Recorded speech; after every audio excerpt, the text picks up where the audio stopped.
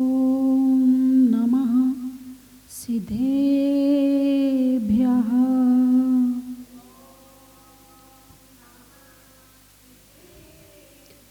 ॐ नमः सिद्धेभ्यः।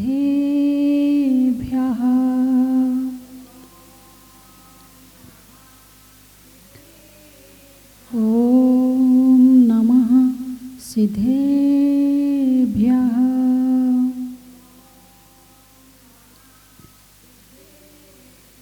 बोले खजराट श्री आदिनाथ भगवान की, भूगर्भ से प्रकटित श्री मुनि सुब्रतनाथ भगवान की, चिंतामणि श्री पार्श्वनाथ भगवान की, विश्ववन्नी श्री महावीर भगवान की, जिनवाणी माता की, परम पूजाचा गुरुदेव श्री सन्मति सागर जी महाराज की, परम पूजाचा गुरुदेव श्री ज्ञान सागर जी महाराज की, यस्य स्वयं स्वभावाप्तिर्भावे कृत्सन कर्मणा तस्मै संज्ञान रूपाय नमोस्तु परमात्मने। धर्म स्नेह बंधुओं,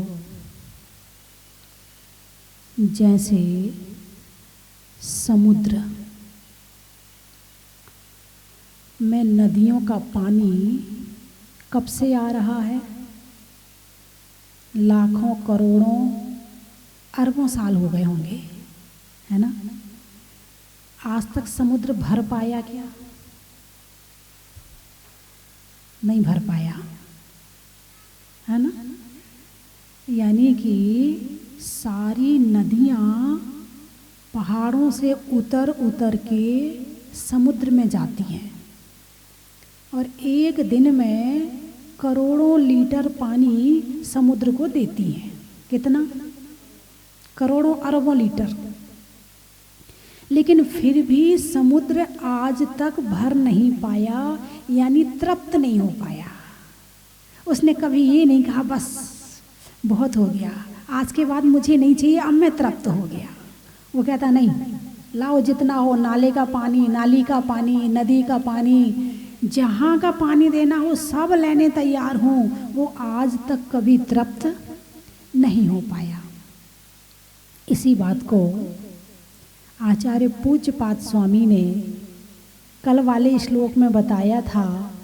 आरंभे तापकान प्राप्ता वा तृप्ति प्रतिपादकान अंते सुदुष त्यजान कामान कामः का सेवते सुधी। इस बात में कल बताया था कि जो भोग हैं वा तृप्ति प्रतिपादकान, कब से भोग रहे हैं ये भोजन, स्वादिष्ट स्वादिष्ट भोजन कब से कर रहे हैं। ये अच्छे अच्छे कपड़े कोई पहली बार पहन रहे हैं क्या? ये अच्छी इत्र सुगंध क्या पहली बार सूंघ रहे हैं क्या?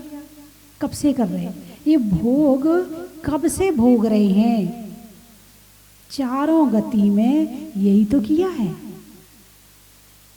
चाहे देवगति में चले जाओ, वहाँ तो भोगों की कमी है ही नहीं है। पशु गति में चले जाओ, वहाँ भी सारे दिन भोजन ढूंढते हैं।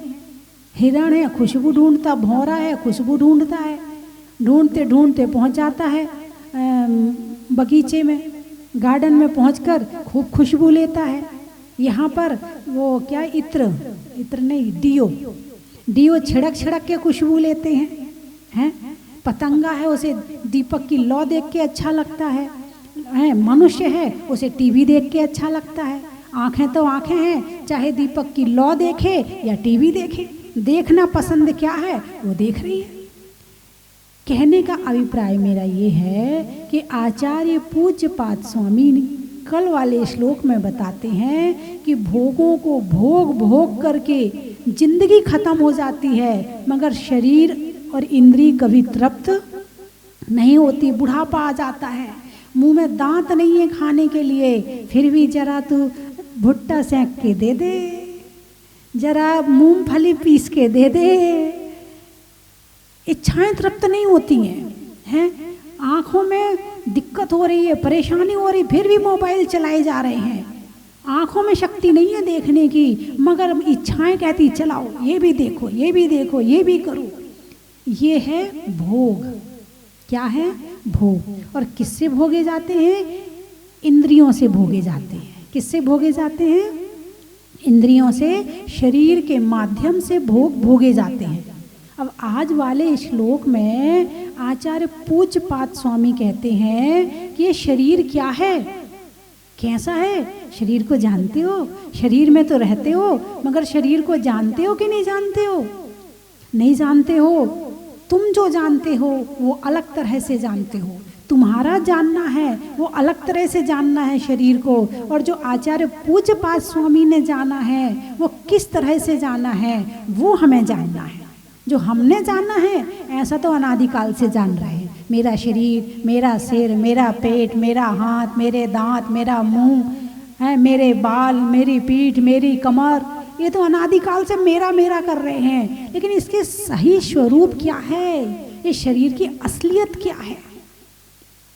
आचार्य पूज्यपाद स्वामी ने कहा है कि भवंती प्राप्त यस संगम मशुचीनी शुचिन्यपि सा काया संततास पाया तदर्थम प्रार्थना वृथा। क्या कहते हैं? भवंती प्राप्त यस संगम, ये शरीर कैसा है? संगम, जो भी इसको छू ले। शुचिनी शुचि अशुचिन्यपि, यानी जो अशुचि है, जो शुचि यानी पवित्र चीज है वो भी अशुद्ध हो जाती है। थोड़ा जो अशुद्ध चीज है वो भी शुद्ध हो जाती है, शुद्ध चीज अशुद्ध हो जाती है। अच्छा, कैसे? कभी प्रैक्टिकल किया आपने? हैं? दुनिया में सबसे पवित्र किसको माना है? गंगा के जल को। पूजा में भी आता ना कि गंगा जैसा पवित्र जल संसार में किसी भी नदी का नहीं। कितना पवित्र है, हैं? और जरा उसको लाके अपने शरीर पे लगा लो, पवित्रता उसकी रही? चली गई। उसने तुम्हें पवित्र किया या तुमने उसे अपवित्र कर दिया? अरे बोलिए ना, हैं? पानी को शुद्ध माना जाता है ना। जो पानी भगवान के सिर पर चला जाए वो गंधोदक बन जाता है, और वो पानी यदि इंसान के सिर पर चला जाए नहाने में तो नाली में चला जाता है। भगवान के सिर पर गया, भगवान का भी, अरिहंत भगवान का शरीर तो है ना, परम औदारिक है। कैसा शरीर है? उन्होंने तपस्या करके अपने शरीर को परम औदारिक कर लिया है। तो उनका शरीर परम औदारिक, जो चीज उनके शरीर में चली गई वो अशुद्ध भी शुद्ध हो गई, और जो चीज इंसान के संसर्ग में आ गई, इंसान ने जैसे छू लिया है, वो शुद्ध भी अशुद्ध हो जाता है। ऐसा देखने में मिलता नहीं कि अच्छा आप लोग कपड़े पहनते हो, हैं? बढ़िया धोबी के यहाँ से प्रेस करे हुए कपड़े आए, बढ़िया उसमें डीओवी छिड़का और बढ़िया बिल्कुल प्रेस के कपड़े पहने। अब उस कपड़े को तुमने पहन लिया, अब उस कपड़े का क्या हाल हुआ? किस लायक रहा वो? किस लायक रहा? उसे कोई दूसरा पहन सकता है? ले पहन ले तू, है तेरे पसीने की बदबू आ रही है इसमें, मैं नहीं पहनूंगा तेरे कपड़े, तेरे उतरे हुए कपड़े मैं पहनूं? मैं तो नहीं पहनने वाला। और वो भी तेरे तुरंत के उतरे हुए, चल धुले धुलाए हों तो फिर भी सोच लूं मैं। बीच में पानी आएगा, कपड़ा को धोएगा, तब वो दूसरे के लायक हो पाएगा। तुमने जो वो कपड़ा पहन लिया है वो कपड़ा कोई दूसरा पहनने के लिए तैयार नहीं है। शरीर से स्पर्श हो गया, शरीर ने छू लिया, कपड़े ने छू लिया शरीर को तुम्हारे।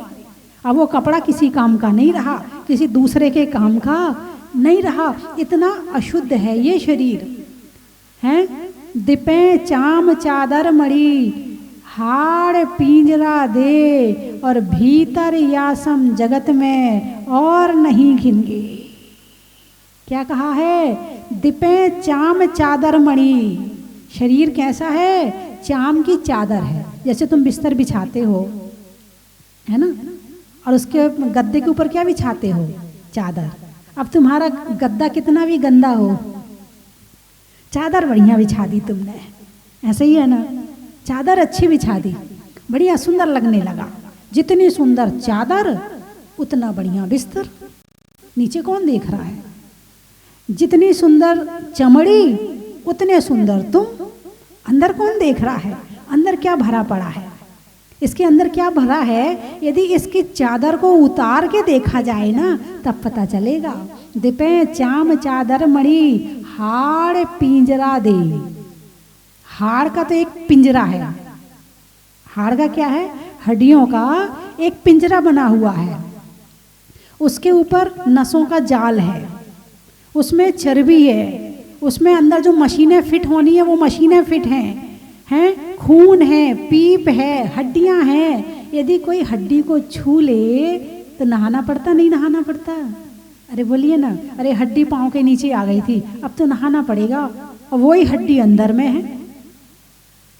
बस अंतर इतना है कि ये जीव सहित है और वो जीव रहित है ना। तो दिपे चाम चादर मढ़ी, ये शरीर चमड़ी से ढका चादर। कल चर्चा चल रही थी, मैंने कहा देखो कितने अच्छे तरीके से चादर बिछाई गई है, एक सिकुड़न नहीं है क्या? एक भी सिकुड़न है क्या? है? लेकिन आएगी कि नहीं आएगी?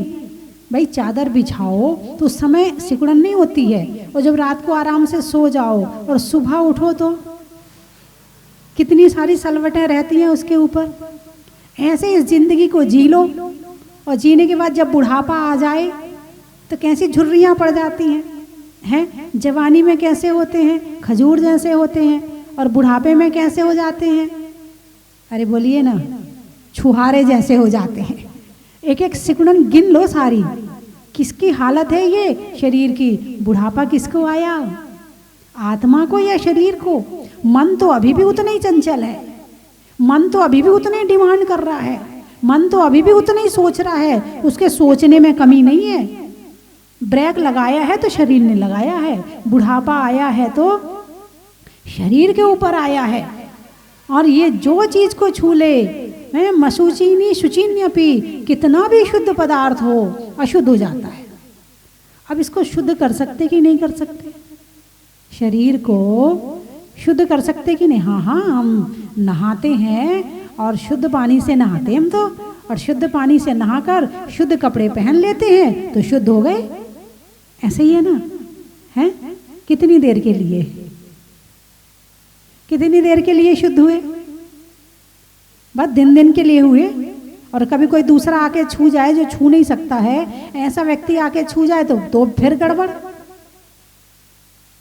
तो ये अशुद्ध शरीर को यदि स्थायी रूप से शुद्ध करना चाहते हो तो रत्नगण शापकाचार में आया है रत्नात्रय पवित्रते। ये शरीर रत्नात्रय से पवित्र होता है। ये शरीर कितना अशुद्ध है, इसकी इतनी बुराई कर रहे, इतनी बुराई कर रहे, इसमें मल भरा है, इसमें पीप भरी है, इसमें खून भरा है, इसमें हड्डियां भरी, इतना बुरा शरीर है। और आप मुनिराज के चरण छूते हो कि नहीं छूते हो? आप साधु संतों के चरण छूते कि नहीं छूते? अरे बोलिए ना, इतना अशुद्ध शरीर है फिर भी तुम पाँव छुए जा रहे हो, ऐसा क्यों कर रहे हो? किसने शुद्ध किया उस शरीर को? पूजनीय किसने बनाया? वंदना के योग्य किसने बनाया उस शरीर को? तप ने बनाया, त्याग ने बनाया, संयम ने बनाया। यदि इस शरीर से भोग भोगते हैं तो वैसे ही अशुद्ध पहले से है, और ज़्यादा अशुद्ध हो जाता है। और इस शरीर से यदि तपस्या की जाती है तो ये अशुद्ध शरीर भी शुद्ध हो जाता है। कोयले का रंग क्या है? काला। एक अकबर अपनी सभा में बैठा हुआ है, कोयला लाया गया, बोले इसको सफ़ेद करके बताओ।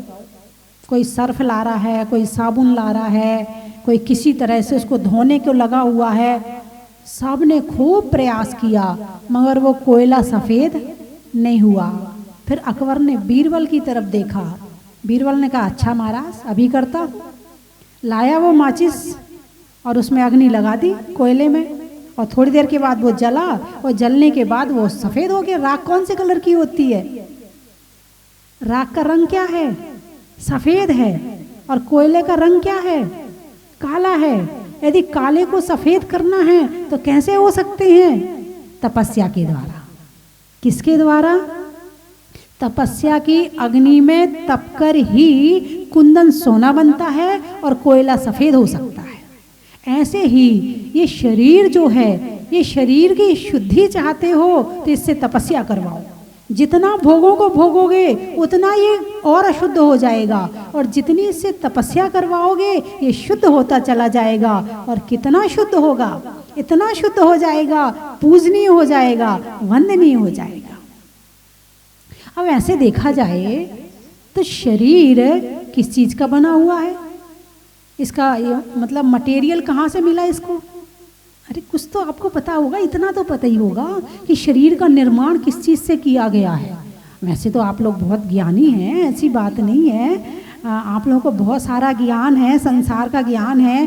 भाई भोजन कैसे बनाया जाता है, हलवे में क्या डाला जाता है, खीर में क्या डाला जाता है, और पापड़ में क्या डाला जाता है, किस चीज़ से निर्माण किया जाता है। आप बड़े होशियार हैं। थोड़ा सा इतना और बता दें कि शरीर का निर्माण किन वस्तुओं से हुआ? शरीर का, आत्मा का नहीं पूछ रही हूँ, शरीर का निर्माण किन वस्तुओं से हुआ है? अरे बोलो ना। मिट्टी से हुआ है और मिट्टी में मिल जाएगा।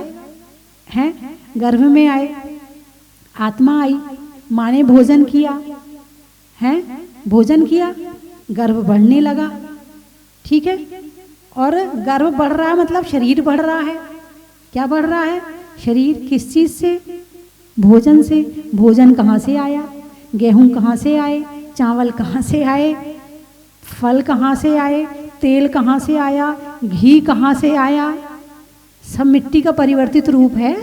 चाहे अनाज को कहो, चाहे फल को कहो, कहाँ पैदा होते हैं? इस मिट्टी में तुमने एक बीज ही तो डाला था, तुमने एक बीज डाला था, और मिट्टी ने उसका 20 गुना परिवर्तित करके तुम्हें एक फसल खड़ी करके दे दी। एक बोरा अनाज बो तो 20 बोरा निकलते हैं, यही है ना? तो वो जो 20 बोरा अनाज एक्स्ट्रा में आया, एक बीज का 20 बीज बना, वो किससे बना? मिट्टी से बना। फिर हमने वो खाया, तो शरीर का पालन पोषण किससे हुआ? मिट्टी से। अब मिट्टी शुद्ध है कि अशुद्ध है? अभी यहाँ पर मामला सोचने वाला है। अब चिंतन का विषय पैदा हो जाता कि मिट्टी शुद्ध है या अशुद्ध है। तो भाई अभी बताया था रत्नात्रय पवित्र थे। इस शरीर को यदि शुद्ध किया जा सकता है, इस स्पेशल मिट्टी, कौन सी मिट्टी? स्पेशल मिट्टी है ये, सामान्य मिट्टी नहीं है। तुम भोजन करते हो, पचाते हो, इसमें पूरी रस की प्रक्रिया चलती है, तब कहीं जाके शरीर का निर्माण होता है। बहुत मेहनत लगती है, आपको पता नहीं है। पहली बात तो कमाने में मेहनत लगती है, भोजन इकट्ठा करने में मेहनत लगती है, फिर खाओ तो चबाने में मेहनत लगती है, फिर पेट में चला गया, तुम्हें तो कुछ नहीं करना पड़ता है, पेट को बहुत मेहनत करनी पड़ती है, तब कहीं जाकर के ये शरीर बनता है। इसमें ऊर्जा पैदा होती है, इसमें शक्ति पैदा होती है। इतनी मेहनत से ऊर्जा जो हमने पैदा की है, जो शक्ति हमने पैदा की है, अब हमने उस शक्ति को खर्च कहाँ किया है? अब ये देखने वाली बात है। उस शक्ति को हमने ऐसी जगह तो खर्च नहीं कर दिया कि जहाँ से हमें नेगेटिव ऊर्जा प्राप्त हो रही हो, जहाँ से हमें कर्म बंद हो रहा हो, जहाँ से हम संसार भ्रमण के कारण में आगे बढ़ते जा रहे हों, जहाँ से हम पाप का आश्रय कर रहे हों। कहीं हमारी शक्ति हमारा ही तो बुरा नहीं कर रही, हम अपने हाथ से अपने पैर पे कुल्हाड़ी तो नहीं पटक रहे हैं। मेरी बात समझ में आ रही कि नहीं आ रही? पैसा खर्च करते हो ना, करते हो ना, कैसे करते हो? ऐसे ऐसे फेंक देते हो व्यर्थ में, या सोच सोच के देते? भाई सामने वाले को कोई सामान लाए, किसी ने कहा भाई साहब ये सामान कितने का? 100 रुपये का। ले 200 ले ले, कोई बात नहीं है। ऐसे ऐसे खर्च करते हो क्या? नहीं। 100 वाले को क्या कहते हो? अरे 80 में देना, ये कोई 100 का सामान है क्या? जब तक 10 बार खिचखिच ना कर लो उससे, तब तक तुम उससे सामान नहीं लेते और ना पैसा देते हो। ऐसे ही हो ना। नोट तुमने कमाया, नोट की कीमत तुम जानते हो, मगर जो तुमने भोजन करके इस शरीर में ऊर्जा पैदा करी है, इस ऊर्जा को खर्च करने की कीमत भी जानो कि इसको कहाँ खर्च करना है, कितनी खर्च करना है, और बदले में इस ऊर्जा से क्या लेना है। शरीर अच्छा भी है, बुरा भी है, इसका उपयोग हम क्या करते हैं। लेकिन सबसे पहली बात तो ये है कि इसकी अशुद्धता इतनी है कि इसकी अशुद्धि का ज्ञान करने से ही शरीर के प्रति वैराग्य भावना पैदा होती है और शरीर के प्रति मोह भाव कम होता है, भोगों से अनासक्ति होती है और भोग भोगने की भावना दूर होती है शरीर की अशुद्धि और शरीर की व्यर्थता को जान करके। और जब व्यर्थता को जानेंगे अब सार्थकता पे आओ कि भाई सार्थक क्या है। आगे आगे श्लोकों में बहुत अच्छी अच्छी बात आ रही है। इसमें शरीर की अशुद्धि के साथ तो बहुत सारी बातें बताई हैं। भाई रात भर सो गए, रात भर सोए, सुबह बिना नहाए मंदिर आ सकते हो? क्यों नहीं आ सकते हो? क्या हो गया? रात में आपने क्या किया? ऐसा क्या हुआ जो रात को सोए तो सुबह उठ के नहाना पड़ा आपको? मुनिराज तो नहीं नहाते, सो के उठ के सीधे सामायिक करते हैं, ध्यान करते हैं, प्रतिक्रमण करते हैं और मंदिर पहुंच जाते हैं। उन्हें तो नहाने की जरूरत नहीं पड़ती है, तो तुम्हें क्यों नहाना पड़ा? क्योंकि अशुद्धि कहाँ है? भावों में है। अशुद्धि कहाँ है? भावों में है। शुद्ध किसे करना है? भावों को शुद्ध करना है। शरीर की शुद्धि किससे होगी? भावों से होगी। भावों से भोग छोड़ दिए। अब एक व्यक्ति ने रात भर कोई भोग नहीं भोगे, केवल सोया सोया है बिस्तर पे, फिर भी अशुद्ध हो गया। वो भावों से भोग भोग रहा है, मोह का भोग भोग रहा है। हैं? मोह में कितनी तरह के भोग होते हैं, वो सारे भोगों को भोग रहा है। एक समय में अनंत विचार आ सकते हैं। उन विचारों के माध्यम से जो पाप कर्म का अशुद्ध आश्रय हुआ है उससे अशुद्धि आई है। और मुनिराज तो रात को जितनी देर भी उन्होंने निद्रा ली, सुबह उठ के फिर ध्यान करने लगे, फिर प्रतिक्रमण करने लगे, शुद्ध भाव करके सोए थे और सो के उठे फिर शुद्ध करने लगे। तो शुद्धि कहाँ से आती है? शरीर से या आत्मा से? अरे बोलिए ना, शुद्ध किसे करना है?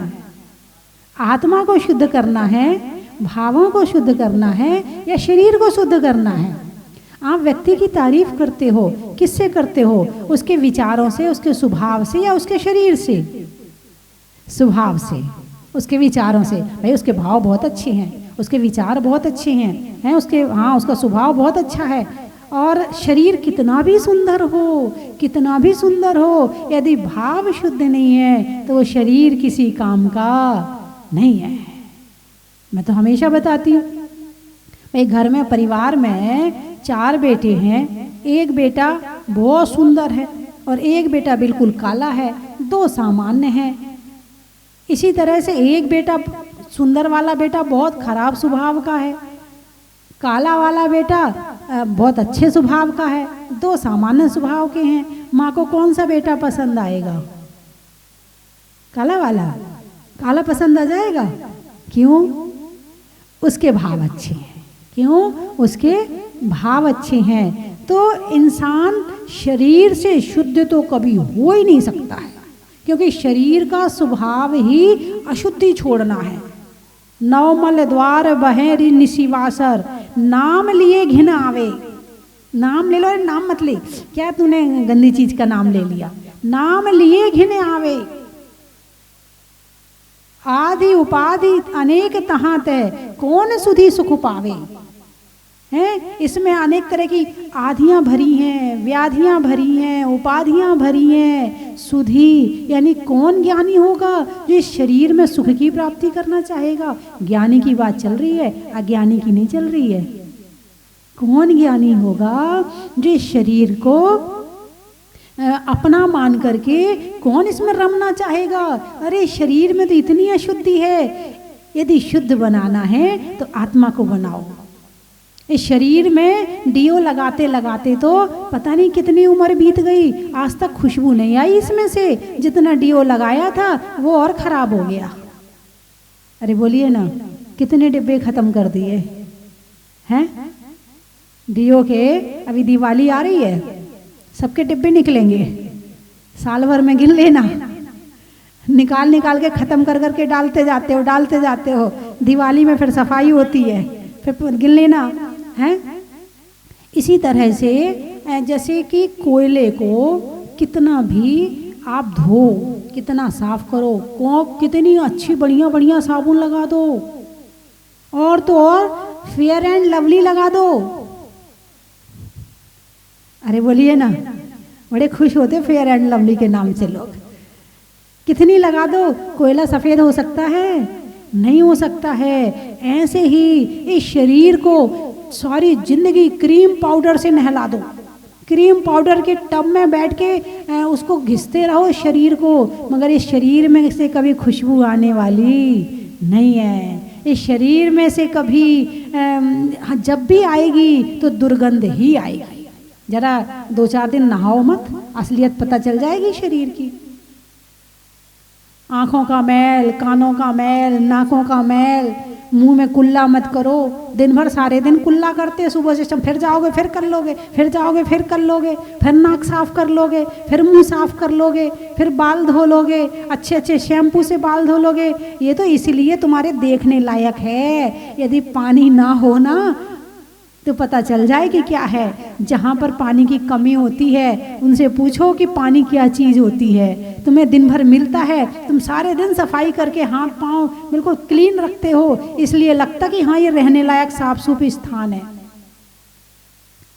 वरना ये शरीर तो इतना अशुद्ध है, इतना अशुद्ध है, इतना अशुद्ध है कि हमारे भगवान इसको छोड़ के चले गए।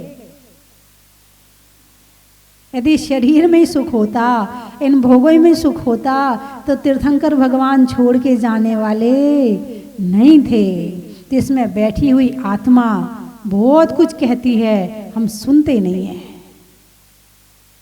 शरीर के लिए, शरीर के कारण से कितना आत्मा को कष्ट हो रहा पता है? भवंती प्राप्त यस्संगम मशुचीनी शुचिन्यपि सा काया संतदास पाया तदर्थम प्रार्थना वृथा। इस काया के लिए, ऐसी अशुद्ध काया के लिए प्रार्थना करना वृथा है। तदर्थम प्रार्थना वृथा है। भगवान के सामने जाते हैं, बाल सफ़ेद हो रहे, हे भगवान आजकल तो बाल सफ़ेद हो गए मेरे, तो भगवान जरा छत्र चढ़ा दो, भगवान मेरे बाल सफ़ेद ना हो। शरीर मान जाएगा? अरे बोलिए ना, नहीं मानेगा। अच्छा, इतनी सेवा करते, यदि तुम किसी की इतनी सेवा करो और वो तुम्हारी बात ना माने, गुस्सा आएगा नहीं आएगा? बोलिए ना, आप किसी की सेवा करो और वो आपकी बात ना माने तो गुस्सा आएगा कि नहीं आएगा? आएगा ना। अब आपने 40 साल इस बालों को धोया, इतना बढ़िया बढ़िया तेल लगाया, फिर भी सफ़ेद हो गए, गुस्सा नहीं आया आपको? चलो महावीर जी जाके छत्र चढ़ा देना, तो फिर नहीं होंगे बाल सफ़ेद? अरे बोलिए ना, होंगे। क्यों? शरीर का स्वभाव ऐसा है। तदर्थम प्रार्थना वृथा, इसके लिए प्रार्थना करना वृथा है। अच्छा, बुढ़ापा आ जाता है शरीर पे, कितना आईना देख लो, कितने क्रीम लगा लो, कितने ब्यूटी पार्लर चले जाओ, कितना आप कुछ भी कर लो, इस शरीर पे बुढ़ापा तो आना ही आना। चलो जहाजपुर में विधान करवा लो कि भगवान मुझे बुढ़ापा ना आए, तो बुढ़ापा तो नहीं आएगा, कुछ तो अतिशय होना चाहिए। बोलिए, हो सकता नहीं हो सकता? नहीं हो सकता, बुढ़ापा आएगा ही आएगा। क्यों? आपने शरीर को इतना बढ़िया काजू किशमिश और जो इसने मांगा वो खिलाया, वो सब कुछ आपने किया, उसके बाद भी बुढ़ापा आ जाएगा। इतनी सेवा करने के बाद भी आपकी बात नहीं मानेगा, वो नहीं मानेगा। जब आपका शरीर आपकी बात नहीं मान रहा है और आपको गुस्सा नहीं आता है, तो जब सामने वाला आपकी बात नहीं मानता है तो आपको गुस्सा क्यों आता है? बात समझ में आई कि नहीं आई? चिंतन का विषय है, सोचने का विषय है। जिस शरीर के साथ मैं रहता हूँ, जिस शरीर की मैं इतनी सेवा करता हूँ, सो के उठ के लेके रात तक खिलाता हूँ, पिलाता हूँ, सुलाता हूँ, अच्छे अच्छे गद्दों में, डनलप के गद्दों में, फिर भी ये मेरी बात नहीं मानता। जब चाहे बीमार हो जाता है। तुम्हारे कहने से बीमार होता क्या? तुमसे पूछ के बीमार होता, चल मैं बुखार हूँ और मैं आना चाहता हूँ तुम्हारे शरीर में, आ जाऊँ क्या? ऐसा कभी हुआ क्या? है? नहीं हुआ, आ जाता है। ओहो, ते शरीर कैसा है? इसके लिए प्रार्थना करना वृथा है। क्या कहा है? इसके लिए प्रार्थना करना वृथा है। जिसका आयु कर्म खत्म हो जाए, उसके लिए कितनी प्रार्थना कर लेना। आयु कर्म खत्म हो गया, फिर लोग कहते अरे धर्म काम नहीं आया। अरे धर्म तो बहुत काम आया, उसके काम इस जन्म में भी आया है और अगले जन्म में भी आएगा। उसका आयु कर्म खत्म हो गया, तुम रोक सकते हो उसे? कोई डॉक्टर, कोई नहीं रोक सकता है। चाहे करोड़ों रुपए की दवाइयां सामने रखी हों, आयु कर्म खत्म हो जाए तो इस शरीर से जाने से कोई आत्मा को नहीं रोक सकता। इसके लिए प्रार्थना करना वृथा है, तदर्थम प्रार्थना वृथा। ऐसे अशुद्ध शरीर के लिए प्रार्थना करना बेकार है।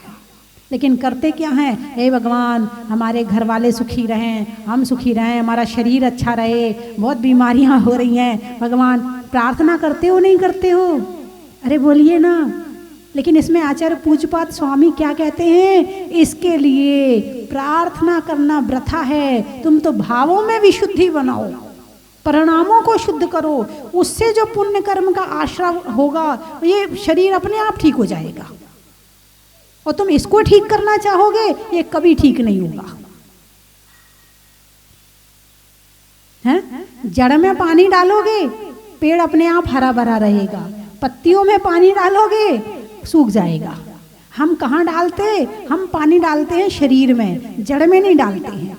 आत्मा को विशुद्ध करें, आत्मा को शुद्ध करें तो धीरे धीरे करके शरीर अपने आप शुद्ध हो जाएगा। लेकिन हम शुद्ध करना चाहते हैं शरीर को, इसके लिए भगवान से प्रार्थना करते, अपने शरीर के लिए करते हैं, अपने घर वालों के शरीर के लिए करते हैं, अपने रिश्तेदारों के शरीर के लिए करते हैं। शरीर के कीड़ा हैं, शरीर में ही पड़े रहते हैं। मेरी बात आपकी समझ में? अरे बोलिए ना, आ गई? तो आज से शरीर की चिंता तो अच्छा, आप लोग तो हंस रहे हैं।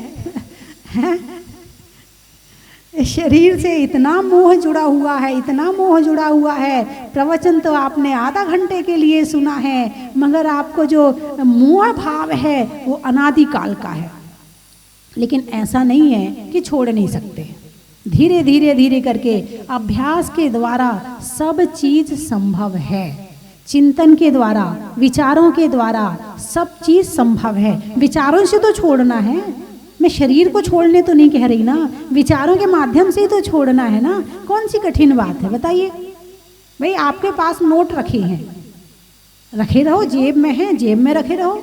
मैं नोटों को निकाल के बाहर करने नहीं कह रही हूँ, मैं कह रही जेब में नोट रखे हैं, रखे रहो, इससे मुंह छोड़ दो, इसमें कोई दिक्कत तो नहीं है। कहना ये अनादिकाल का मोह है, इसको छोड़ना कठिन तो है, असंभव नहीं है। एक बात ध्यान रखना, जो काम हमारे भगवान ने किया है, क्या वो काम हम नहीं कर सकते? क्या वो काम करने की शक्ति हमारे अंदर नहीं है? है। लेकिन इसके लिए प्रयास, पुरुषार्थ, संगति भी चाहिए। जो लोग ये काम कर रहे हैं, रोज रोज मंदिर जाते हैं, साधुओं के पास जाते हैं, क्यों जाते हैं? इन्हीं संस्कारों को लेने के लिए जाते हैं। और ये संस्कार यदि आ जाते हैं तो इन संस्कारों के माध्यम से हम अपनी आत्मा को सुखी कर सकते हैं। और जिसकी आत्मा सुखी है उसको शरीर को सुखी करने की जरूरत नहीं है। तीर्थंकरों में वीर का, सागरों में क्षीर का, और चिंता नहीं करने में शरीर का। नदी में नाव का, शरीर में पांव का, और शुद्ध करने में भाव का। चावल में चुनने का, बुनाई में बुनने का, और ध्यान से प्रवचन सुनने का। अनाज में दाने का, इनाम में पाने का, और सुने हुए प्रवचनों को घर ले जाने का। बोलिए 24 भगवान की।